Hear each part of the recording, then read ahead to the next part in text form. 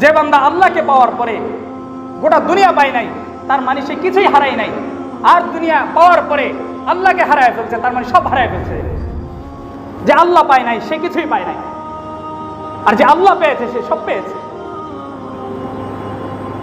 এই জন্য মুসলমান বাপ, আখেরি শেষ কথা, আল্লাহ তাআলার গোলামি করবেন, আল্লাহ তাআলার হুকুম আহকাম মানবেন, মৃত্যুর আগ পর্যন্ত ঈমান আর আমল নিয়ে বাঁচবেন। পারবেন তো ইনশাআল্লাহ?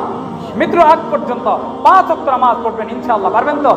বাদ দুনিয়ার ব্যস্ততা আসবে, এটা স্বাভাবিক। দুনিয়ার জমিনে সংসারের ব্যস্ততা আসবে, স্বাভাবিক। দুনিয়ার জমিনে পেরেশানি আসবে, স্বাভাবিক। দুনিয়ার জমিনে হচ্ছে ব্যস্ততার জায়গা, পেরেশানির জায়গা দুনিয়া, সবকিছু এখানে আসবে। কিন্তু এই পেরেশানির কারণে যদি পরকাল ভুলে যাই, আল্লাহ ভুলে যাই, নবী ভুলে যাই, পরকাল ভুলে যাই, তাহলে কি চলবে বাপ? কোনোটাই হবে না। তাহলে আল্লাহ তাআলা হুকুম আহকাম মেনে আমাদের সবাইকে পরকালে যাওয়ার মতো সেই তৌফিক দান করুন। সকলে বলেন আমিন।